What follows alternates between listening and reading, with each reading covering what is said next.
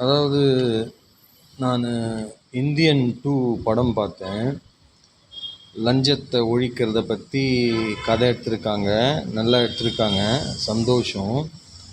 இதுபோல் படங்கள் நூற்றுக்கணக்கான படங்கள் எடுத்திருப்பாங்க. ஆனால் லஞ்சம் இன்னும் ஒழிஞ்ச பாடே காணோம். ஆனால் லஞ்சத்தை கம்ப்ளீட்டாக ஒழிக்கிறதுக்கு வழிகள்லாம் இருக்குது.